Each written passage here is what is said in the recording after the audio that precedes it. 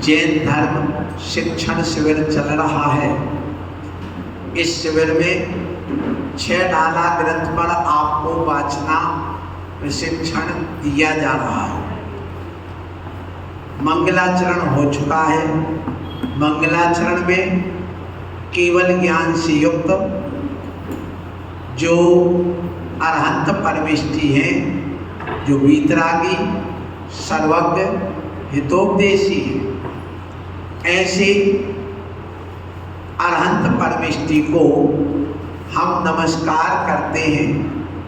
तीनों योगों को संभाल करके अर्थात सम्यक प्रकार से भली प्रकार से हम उनको नमस्कार करते हैं, क्योंकि वह केवल ज्ञान भीतराग विज्ञान है, वही शिव स्वरूप है और वही मोक्ष को प्रदान करने वाला है।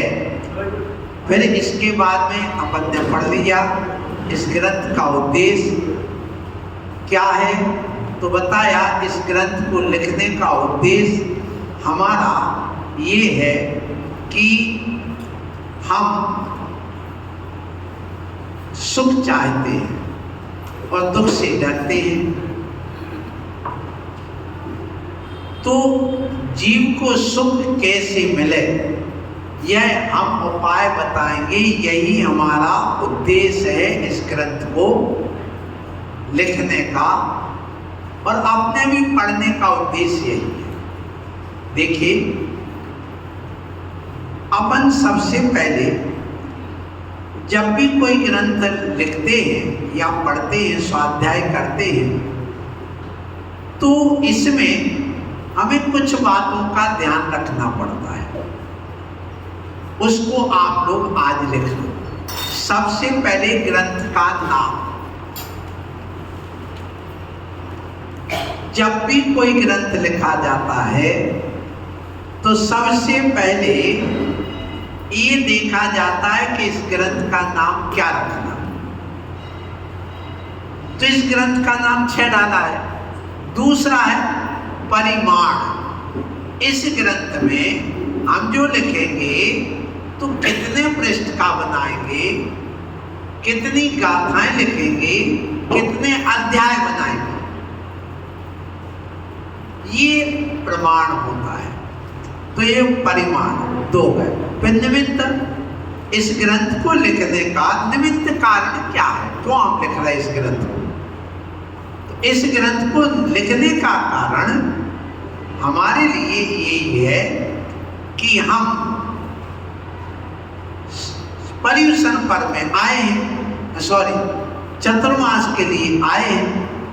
तो ये निमित्त बन गया कि अभी हमारे स्थापना में 5 दिन बाकी हैं, तो इस समय क्या करें।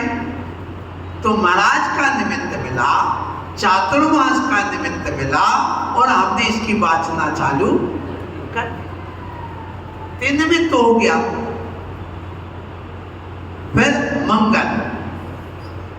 तो ये जब कभी भी हम ग्रंथ लिखते हैं तो मंगलाचरण करते हैं, मंगल करते हैं, और इस मंगलाचरण से हमने कल बताया था नास्तिकता का परिहार होता है, शिष्टाचार का पालन होता है, पुण्य की प्राप्ति होती है, पाप का परिहार होता है, ग्रंथ निर्विघ्न समाप्त होता है और जो स्वाध्याय करते हैं उनको इसका पूरा फल मिले, ये भी ध्यान रखते हैं, फल मिलता है और शिष्य पारंगत होता है। इस शाम की क्लास में हमने ये बात भी और स्पष्ट कर दी थी। फिर आता है इस ग्रंथ का कर्ता माने लेखक कौन है या वाचक कौन है। तो देखिए, आप निमित्त बने, हम निमित्त बने, हम इस ग्रंथ के वाचक हो गए। इस ग्रंथ के लेखक कौन हो गए, पंडित दौलतराम। तो इन 6 बातों का हमेशा ध्यान रखा जाता है, इसलिए अपन मंगलाचरण करके इस ग्रंथ का उद्देश्य समझ गए। अब उद्देश्य हमारा ये भी है कि गुरु करुणा करके आपको उपदेश दे रहे हैं, आप स्थिर मन से पहले सुनो। अपन लोग जब पूजा करते हैं या आप लोग भोजन बनाते, आहार देते, तो निर्विकल्पता चाहिए। स्वाध्याय करते, इसमें भी निर्विकल्पता चाहिए। क्या? सुनो, आप पूजा करने आए, आपने द्रव्य धो ली, आटा जमा लिया, द्रव्य जमा ली, फिर पूरे स्वस्तिक वगैरह बना करके जल वगैरह भर के रख लिया। अब शांति से पूजा करो। उसके पहले पूजा दे। क्यों? संबर सहित करो तप प्राणी मिले मुक्ति। आप जब वहां बैठ करके निर्विकल्प होकर के पूजा करोगे तो संबर सहित कर्म की निर्जरा होगी। और बीच में जल उठाने चले गए, चंदन घिसने चले गए, मोबाइल से बात करने लगे, तो आरंभ सारंभ की क्रिया होगी। तो वो संबर सहित तुम्हारा धर्म नहीं कहलाएगा, संबर सहित क्रिया नहीं कहलाएगी। इसलिए पूजन के पहले आप पूरी अभिषेक की पूरी व्यवस्था बनाते, कायोत्सर्ग करते, फिर संकल्प पूर्वक क्रिया करते। उस समय आपको किसी प्रकार का आरंभ सारंभ नहीं करना। ऐसे ही स्वाध्याय में, स्वाध्याय के पहले आप सारे काम निपटा लो। अब पुस्तक लेकर के मात्र एक ही दृष्टि, हमारे अंदर किसी प्रकार से इच्छाएं नहीं होना चाहिए। सांसारिक इच्छा निरोधा तपा, इच्छाओं का निरोध करना क्या है? तप है। तो ये स्वाध्याय एक तप है, पूजा एक तप है, दान एक तप है। ये आचार्य ने कहा इसको तप की क्रिया कहा। जैसे अपन स्वाध्याय ग्रंथ लेके बैठे, ये तप हो गया हमारा। ऐसे थाली लेकर के कोई साधु को आहार दे रहा, वो भी तप कर रहा है। ये आचार्य समंतभद्र स्वामी ने दान और पूजा दोनों क्रिया तप की क्रिया कहा। बड़ा आश्चर्य लगता है जब उस ग्रंथ को मैं देखता हूं। आप लोग उसको पुण्य की क्रिया कहते हो, लेकिन समंतभद्र स्वामी किसकी क्रिया कहते हैं? तप की। क्या लिखा? ये वैयावृत्ति नाम का तप है, क्योंकि अंतरंग तप 6 कौन कौन से? प्रायश्चित, विनय, वैया, फिर स्वाध्याय, फिर विसर्ग, फिर ध्यान। तो देखिए, दान और पूजा वैयावृत्ति है, और वैयावृत्ति एक अपने आप में तप है। जैसे स्वाध्याय तप है, वैसे वैयावृत्ति तप है। तो ये दान और पूजा वैयावृत्ति, तो वो भी कर्म निर्जरा का साधन है। इसलिए सारे विकल्प छोड़ करके पूजा की थाली, जलवाणी आदि रख करके बैठ। ऐसे आहार दान देते ना तुम लोग, तो आहार दान देते समय भी अग्नि नहीं जलाना, भागम भाग नहीं करना। एक गिलास यहाँ दिया, एक गिलास वहां दिया, एक गिलास वहां दिया, बड़े बनाने लगे, पर वो करने नहीं। टेबल पर आपने पूरा सामान जमा लिया, निर्विकल्प सोध करके आप दे रहे हैं। 1 घंटे तक महाराज खड़े तो तुम खड़े, तो क्या हो गया? तब हो गया। आपने भी अन्न जल का त्याग कर दिया। जब तक महाराज का आहार नहीं हुआ तो अनशन हो गया, इच्छा निरोध हो गई। तो ये भी तप की क्रिया। तो यहाँ पर जब भी स्वाध्याय करने बैठे तो निर्विकल्पता पूर्ण हो करके ही बैठना। कहने का सिर्फ इतना ही है। पूजन भी करो, निर्विकल्प पूर्वक करो। इसलिए कहा मौन रखिए।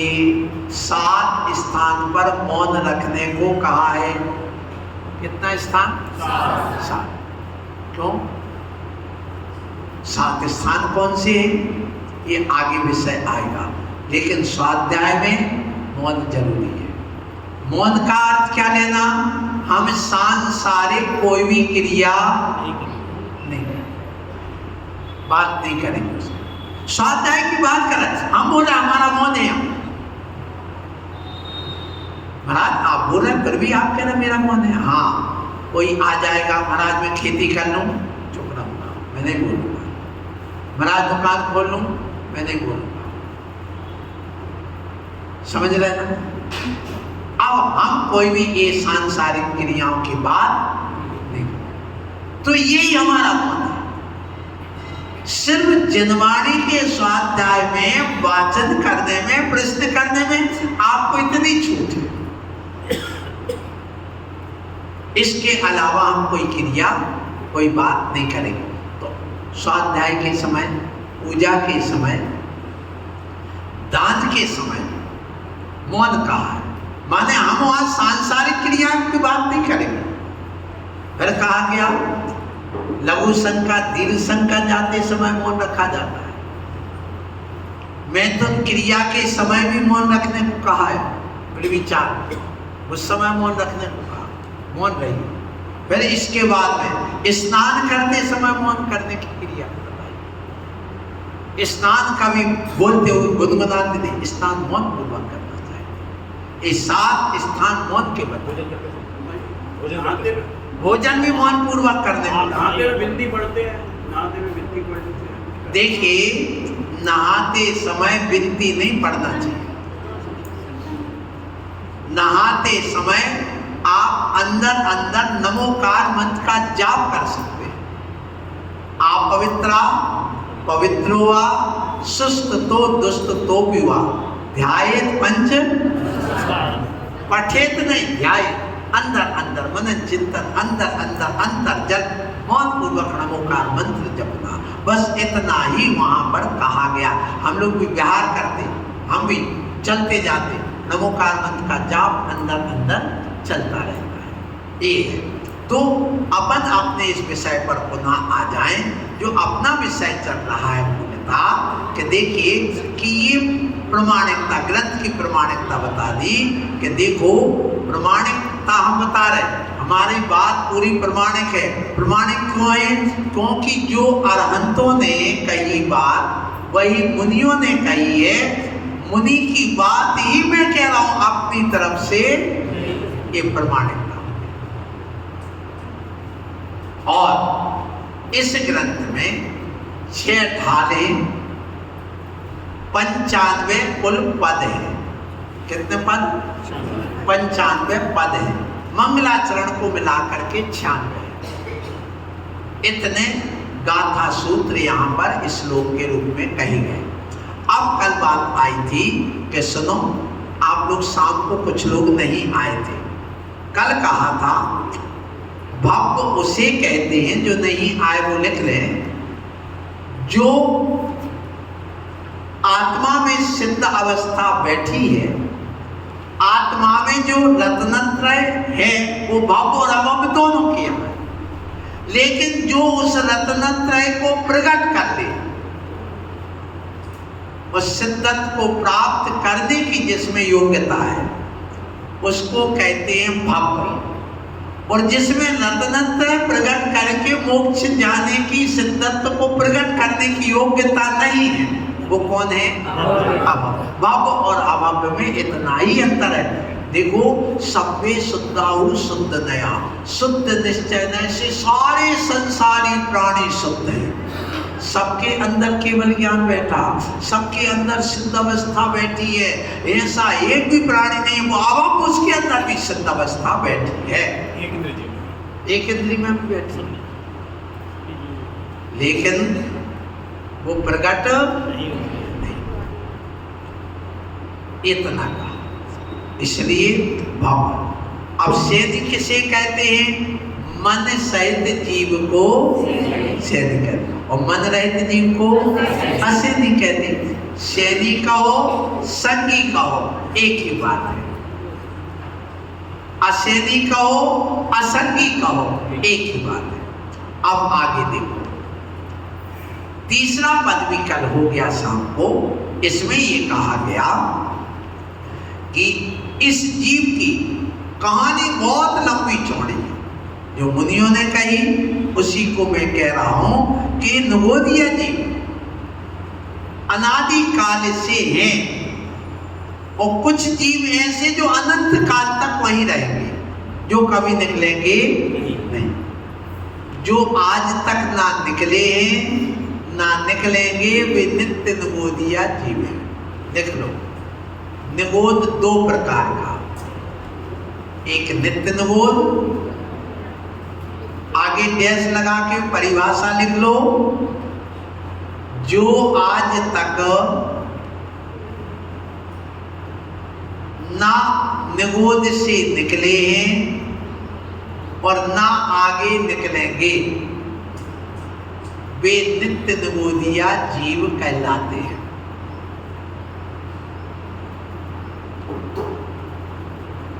अब और लिखिए आगे, उनमें कुछ जीव ऐसे हैं जो भव्य हैं,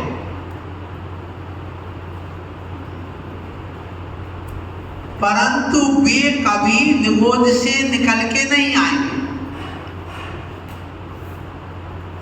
वे दूरान-दूर भव्य हैं।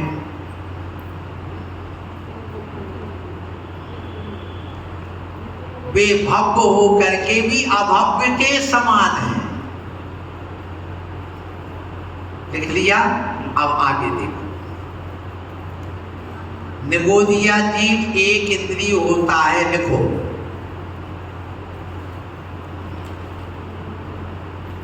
एक श्वास में 18 बार जन्म मरण करता है।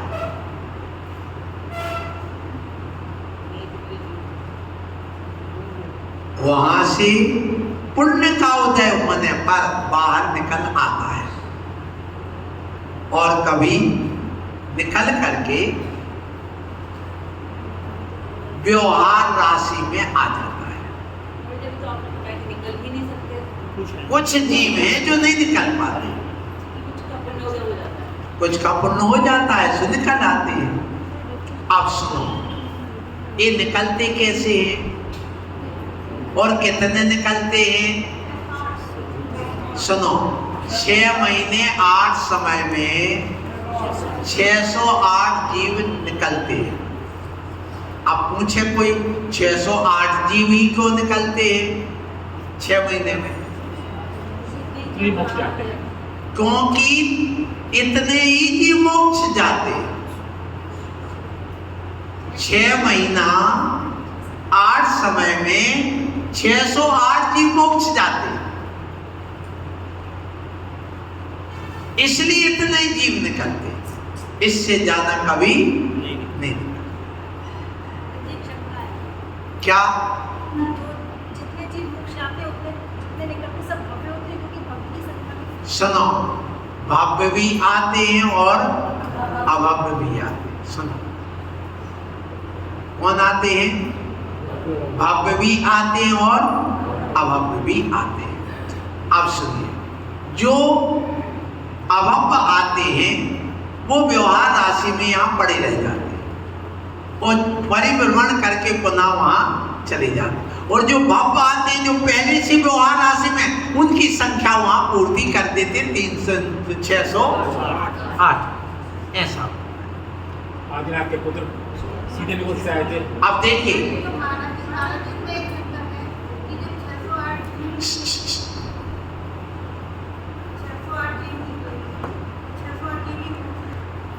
आपका प्रश्न है कि निगोद से 608 जीव निकलते हैं और 608 जीव मोक्ष जाते हैं। अब जब निगोद से निकले तो भव्य और अभव्य दोनों निकलते हैं 608 में। तो जब 608 में से निगोद से अभव्य निकल आए, उदाहरण के लिए 400 जीव भव्य निकले और 208 अभव्य निकल आए, अब मोक्ष तो चले गए कितने? 608 जीव चले गए। मोक्ष कितने गए? तो अब 400 ही तो निगोद से निकले थे भव्य, 208 पहले से। अब 208 जीव की पूर्ति कहां से करेंगे? पहले से। सुनो, तो जो पहले से भव्य जीव निकल करके आए हैं, भव्य जीव, वो उन 208 जीव की पूर्ति कर लेंगे और वे मोक्ष चले जाएंगे। अब जो 208 जीव निकल के आए थे 6 महीने में, अब इसके साथ में 608 जीव जो इस व्यवहार राशि से निगोद में जाना है, तो वो अभव्य कहाँ चले जाएंगे? निगोद में चले जाएंगे। और सुनिए, वहां से 500 जीव पुनः भव्य निकल आए, और 108 का क्या निकल आए? अभव्य निकल आए। अब जो यहां से वहां गए, ठीक है ना, कहां? मोक्ष गए। अब पुनः यहां पर आ गए व्यवहार राशि में, तो व्यवहार राशि में जीवों की संख्या भी अनंत है। कितनी है? अनंत है। अब अनंत में क्या होता? कुछ होते चतुर्गति निगोद। कौन से? चतुर्गति निगोद। चतुर्गति निगोद कौन कहलाते हैं? चतुर्गति निगोद में अनंत निगोदिया जीव अनादि काल से है। चतुर्गति निगोद वह कहलाते हैं जो हमारे मास में रहते हैं। मनुष्य और त्रियंच का जो औदारिक शरीर है, इस औदारिक शरीर में जो मांस है, खून है, पसीना है, इसमें जो निगोदिया जीव रह रहे वे चतुर्गति निगोद कहलाते हैं।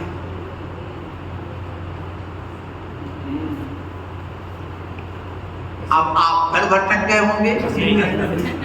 पसीने में रहते हैं, मांस पसीने खून इसी में भी। एक एक मांस के एक एक कण में सुई की नोक के बराबर कण में भी अनंत निगोदिया बैठे। इसको कहते हैं कौन सा? कौन सा? दूसरा चतुर्गति निगोद। और सुनिए कौन से हैं? जैसे काई है, शैवाल है, जो प्रतिष्ठित और एक अप्रतिष्ठित वनस्पति, दो प्रकार की। एक वनस्पति कौन सी? साधारण, और एक प्रत्येक। साधारण वनस्पति में जितने भी निगोदिया जीव यहाँ पर हैं, और एक प्रतिष्ठित में निगोदिया जीव, प्रतिष्ठित प्रत्येक निगोदिया जीव सब चतुर्गति निगोद के जीव हैं। ये कहाँ लिखा? ये लिखा है धवला पुस्तक 7 में। और ये जो तुमने भाव अभाव के बैलेंस की बात करी, वो वहां से पूर्ति वो भी होती रही। इसलिए सुनिए, एक बात तो आपको ये समझ में आ गई। अभी 1 मिनट रुकिए, पहले इसका पूरा खुलासा हो जाए। अब 608 जीव मोक्ष चले गए। कहाँ चले गए? मोक्ष चले गए। अब जो एक बार में मान लो पूरे 608 जीव आ गए, सब नित्य निगोद से आ रहे हो। हाँ? सब नित्य निगोद वाले हैं वो। देखिए, जितने मोक्ष जाएंगे वे कहाँ से आएंगे? नित्य निगोद से। निगोद है पर नित्य निगोद वाले हैं या नित्य निगोद वाले? सुनिए, उनमें 2 कथन अपने आगम में कहा गया। एक तो वो है कि जो कभी निकलेंगे नहीं और आज तक ना निकले, वे नित्य निगोद। और जो अनादि काल से अभी तक निकले नहीं पर निकलेंगे, वो भी इतर निगोद की श्रेणी में ले लिया। इतर निगोद कहना है। जो तर जाए वो इतर, जो तर जाए सो इतर। नित्य जो एक बार निकलेंगे, हाँ, से है और हम निकलेंगे, हाँ, वो कौन से नित्य निकलेंगे? सुनिए, इसमें आगम में आचार्यों ने 2 अलग अलग परिभाषाएं दी हैं। एक परिभाषा ये है कि जो आज तक ना निकले हैं ना निकलेंगे, वो कौन है? दूसरी परिभाषा है जो आज तक ना निकले हैं वे नित्य निगोद। क्या कहा? अभी तक जो निकले नहीं वो कौन है? नित्य। आगे एक बार निकल आए फिर चलेगा वो इतर, ऐसा उन्होंने कहा है। निगोद से कोई भी जीव निकलेगा, डायरेक्ट मोक्ष नहीं जाएगा। निगोद से निकला जीव पहले विकलेंद्री ही बनेगा या एक इंद्री ही बनेगा। निगोद से निकलने वाला जीव कभी संगी पंचेंद्री या संगी जीव पंचेंद्री नहीं बनता। सुनिए, आदिनाथ स्वामी के पुत्र भरत चक्रवर्ती, उनके 60,000 पुत्रों में से 923 पुत्र निगोद से निकले। निगोद से निकल करके 3 इंद्री गिंजाई जो लंबी लंबी होती, बहुत सारे पैर होते, वो एक साथ बन गए तो विकलेंद्री बने। और वो बन करके एक साथ बरसात में वो झुंड के रूप में एक साथ रहते, एक ऊपर चढ़े रहते हैं। हमने गांव में बहुत देखे होंगे, आपने देखे कि नहीं पता? देखे। हाथी आया चक्रवर्ती का, समोसरण जा रहा था, वो जीव समोसरण के घेरे में थे और जितने में सुभिक्ष होता उतने में, तो हाथी के पैर के नीचे वह पूरे जीव आए और मर गए। मरने के बाद वे मनुष्य बने, डायरेक्ट मनुष्य नहीं बने। पहले विकलेंद्री में 3 इंद्रिय जीव बने, हाथी के पैर से मरे, फिर मनुष्य बने। मनुष्य बन करके भरत चक्रवर्ती के घर में जन्म ले लिया। अब एक साथ लिया, आप कहोगे एक साथ कैसे ले लिया? तो 96,000 नानियां थी। क्या चक्रवर्ती के 60,000 पुत्र होते, 1,80,000 पुत्रियां होती हैं चक्रवर्ती। 80,000 क्यों होती हैं? आप कोई कहे हो ही कोई नियम नहीं, पर मैक्सिमम इतनी 96,000 रानियां, 60,000 पुत्र और 1,80,000 पुत्रियां क्यों होती हैं? हमेशा नारी 3 गुनी हुआ करती है संसार में। नारियों की संख्या संसार में हमेशा 3 गुनी होती है। सुनिए, 3 गुनी हमेशा नारियों की संख्या होती है अपने आगम के अनुसार।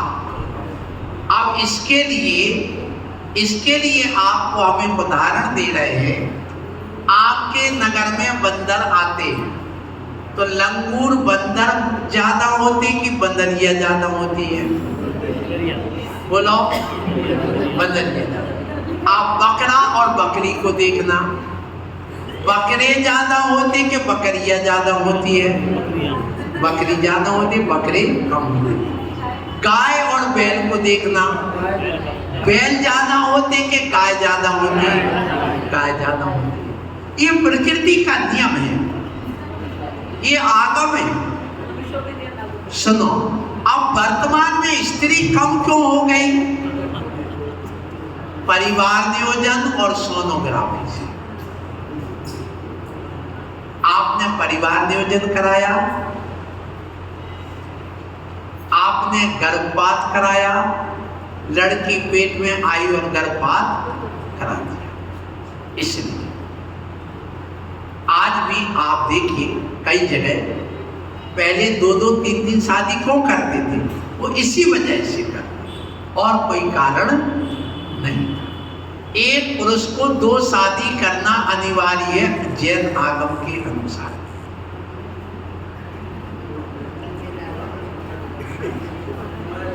क्यों? सुनिए, इसलिए कि आज आप अपने परिवार नियोजन कराने लगे, आप सोनोग्राफी करके गर्भपात कराने लगे, लड़कियों की कम। यदि आप ये सब बंद कर दो तो जो संतान की उत्पत्ति होगी तो 2-3 लड़की होंगी, उनमें एक लड़का।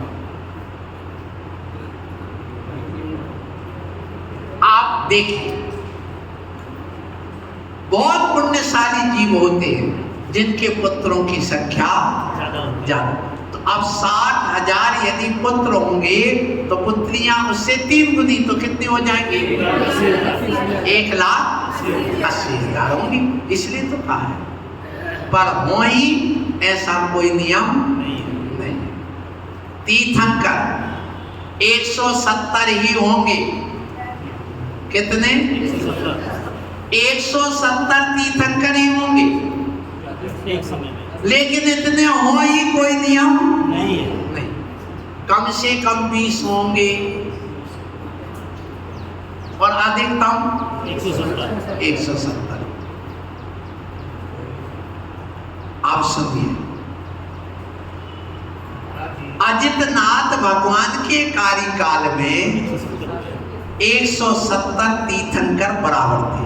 अब 170 कैसे होंगे? सुनो, 5 भरत क्षेत्र हैं और 5 ऐरावत क्षेत्र हैं। तो 5 भरत क्षेत्र में 5 जगह तीर्थंकर हो गए, 5 ऐरावत क्षेत्र में 5 तीर्थंकर हो गए, सो 10 हो गए। पर विदेह क्षेत्र हैं 5। कितना? 5। एक विदेह क्षेत्र में पूर्व विदेह और पश्चिम विदेह 2 हो जाते हैं। अब पूर्व विदेह में 4 महानगर होते हैं। कितने? 4। तो अब देखिए, पूर्व में 4, पश्चिम में 4, सो कितने हो गए? 8। अब ऐसे 5 विदेह होते हैं। सुनना, अब एक नगर में 32 नगरियां होती हैं, तो 160 तीर्थंकर हो जाते हैं। कितना? कुल 160 तीर्थंकर विदेह क्षेत्र में होते हैं, और 5 भरत के और 5 ऐरावत के, तो कितने हो गए? 170 तीर्थंकर एक साथ हो सकते हैं। लेकिन वर्तमान में कितने हैं? 24 नहीं है, 20 तीर्थंकर विद्यमान। श्री 20 तीर्थंकर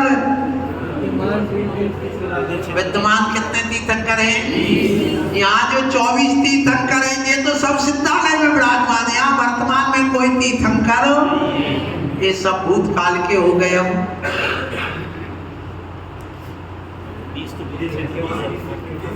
ये सब तीर्थंकर जितनी प्रतिमाएं हैं, इनमें कोई वर्तमान का नहीं है, ये सब भूतकाल के हो।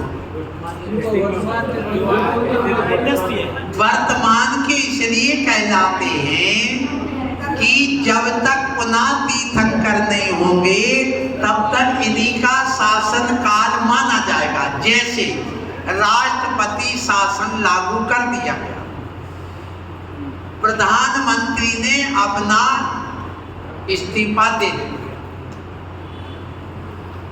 परंतु जिसने इस्तीफा दिया है वो प्रधानमंत्री भी वर्तमान कालीन प्रधानमंत्री ही कहलाता है। कहलाता कि नहीं? बोलो। इसी प्रकार इन सब के इस्तीफा हो गए। ये कहां चले गए? वो चले गए। लेकिन अभी जब तक पुनः कोई प्रधानमंत्री अर्थात प्रथम तीर्थंकर कौन? राजा श्रेणी का जीव महापद्म नाम के तीर्थंकर नहीं होंगे, तब तक भगवान महावीर स्वामी का शासन काल रहेगा। और विद्यमान तीर्थंकर, वर्तमान तीर्थंकर भरत क्षेत्र के यही कहलाएंगे। आज तो इसका स्वाध्याय हुआ ही नहीं। ये भी जरूरी। अब चलिए आगे। यहाँ पर भैया आप लोगों ने इतनी बात समझी। ये प्रश्न आया अभी, हमने कहा 2 शादी करना चाहिए।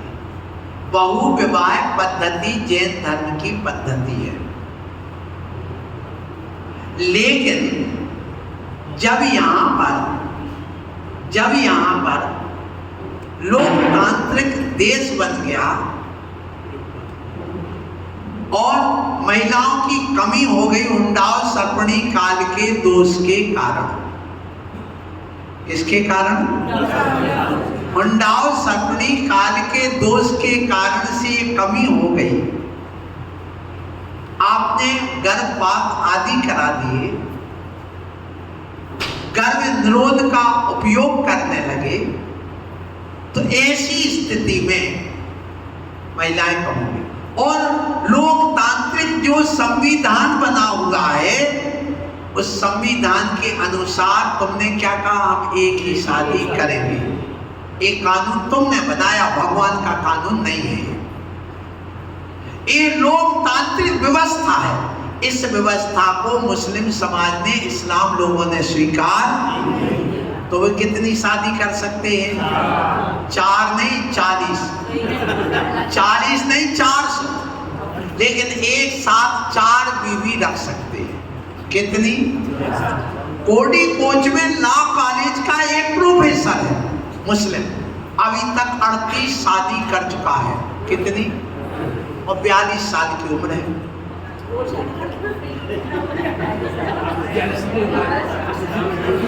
आप वो चलो कैसे कैसे?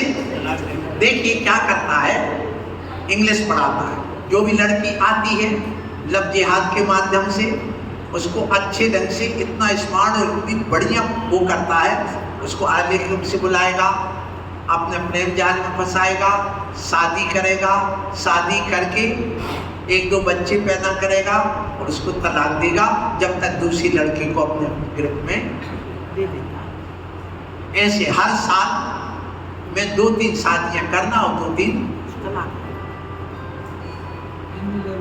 अब बताइए, जब इतना है, लादेन की कितनी शादी हुई थी, कितने बच्चे थे बताओ? अभी एक 94 साल के बुढ़े ने 16 साल की लड़की से शादी की। बुढ़ा कितने साल का? 92 या 94 साल का। उस लड़की से पूछा तुमने इससे शादी क्यों की? तो लड़की क्या उत्तर दिया?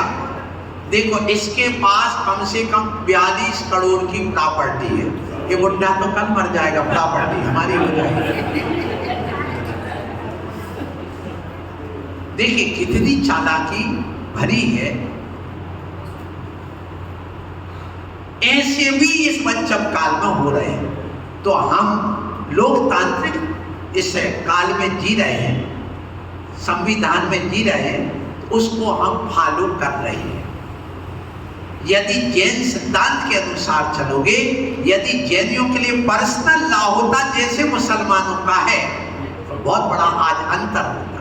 जैन लॉ तो है मगर, लेकिन लागू नहीं किया गया।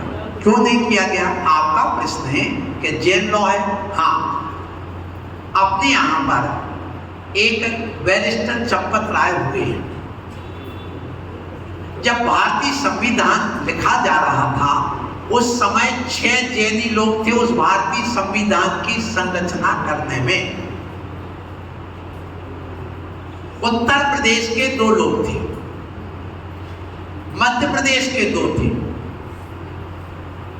गुजरात का 1 और राजस्थान का 1। ऐसे कितने थे? 6 जैनी लोग संविधान बनाने में थे। आज हमारा पर्सनल लॉ क्यों नहीं लागू हुआ?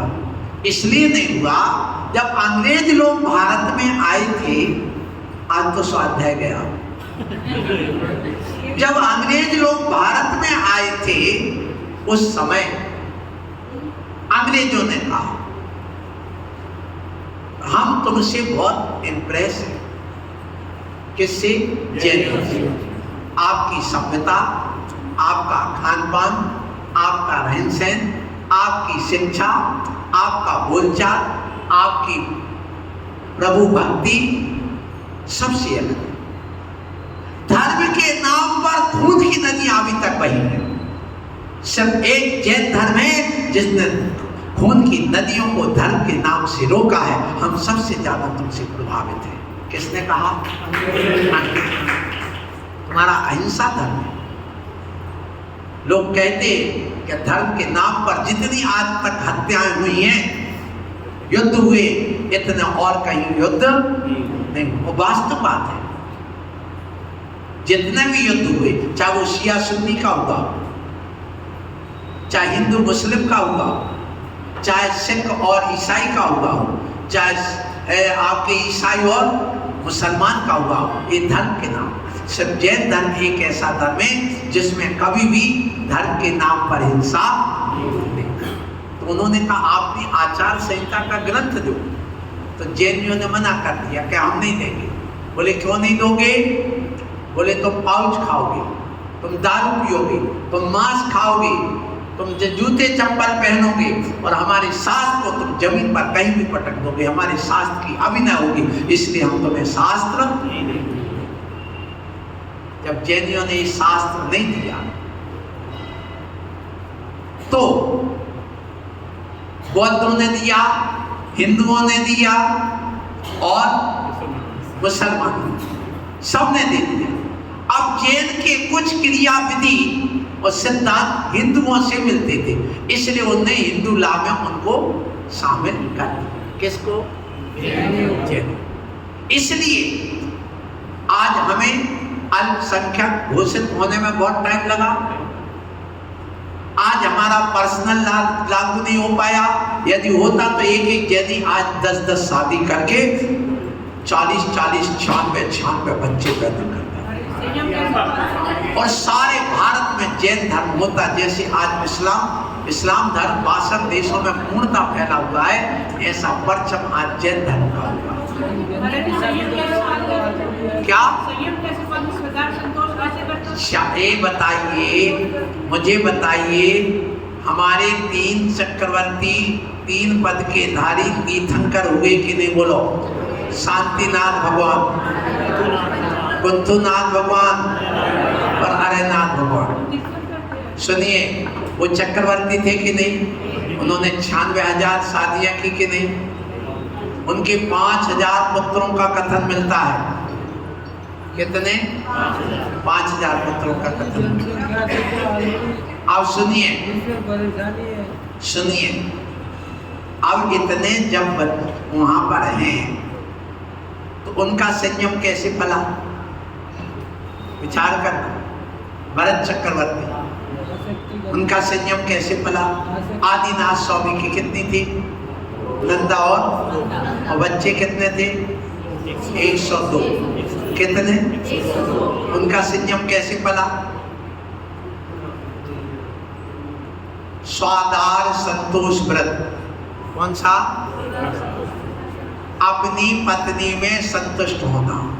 96,000 शादी करके भी तुम यदि उनके साथ में रति क्रिया आदि करके पाप कर्म करते हैं, उतना पाप नहीं है जितना कि एक अविवाहित या दूसरे की पत्नी या तलाकशुदा से यदि कोई पुरुष संबंध बनाता है तो 96,000 रानियों के भोग करने में उतना पाप नहीं है, उतने अवैध एक नारी से संबंध बनाने में पाप होता है।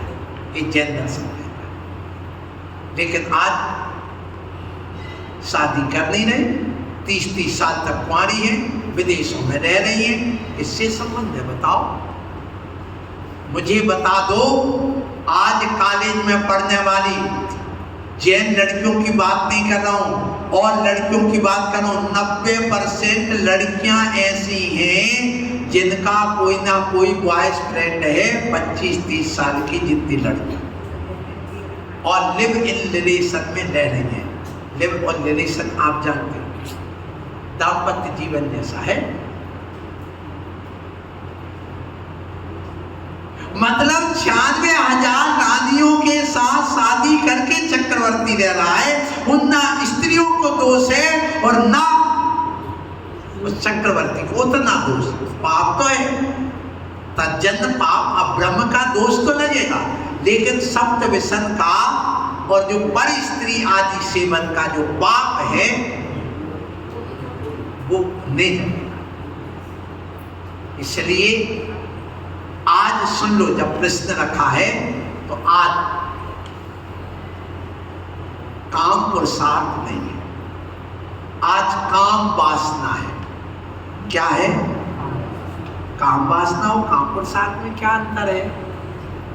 काम पुरुषार्थ का अर्थ है जब हम, यानी कि कोई गृहस्थ जीवन में जीने वाला संतान की उत्पत्ति के लिए प्रविचार करता है तो वो कहलाता काम पुरुषार्थ। और जो संतान नहीं चाहता है और अपनी इंद्रिय संतुष्टि के लिए प्रविचार करता है उसको कहते काम वासना।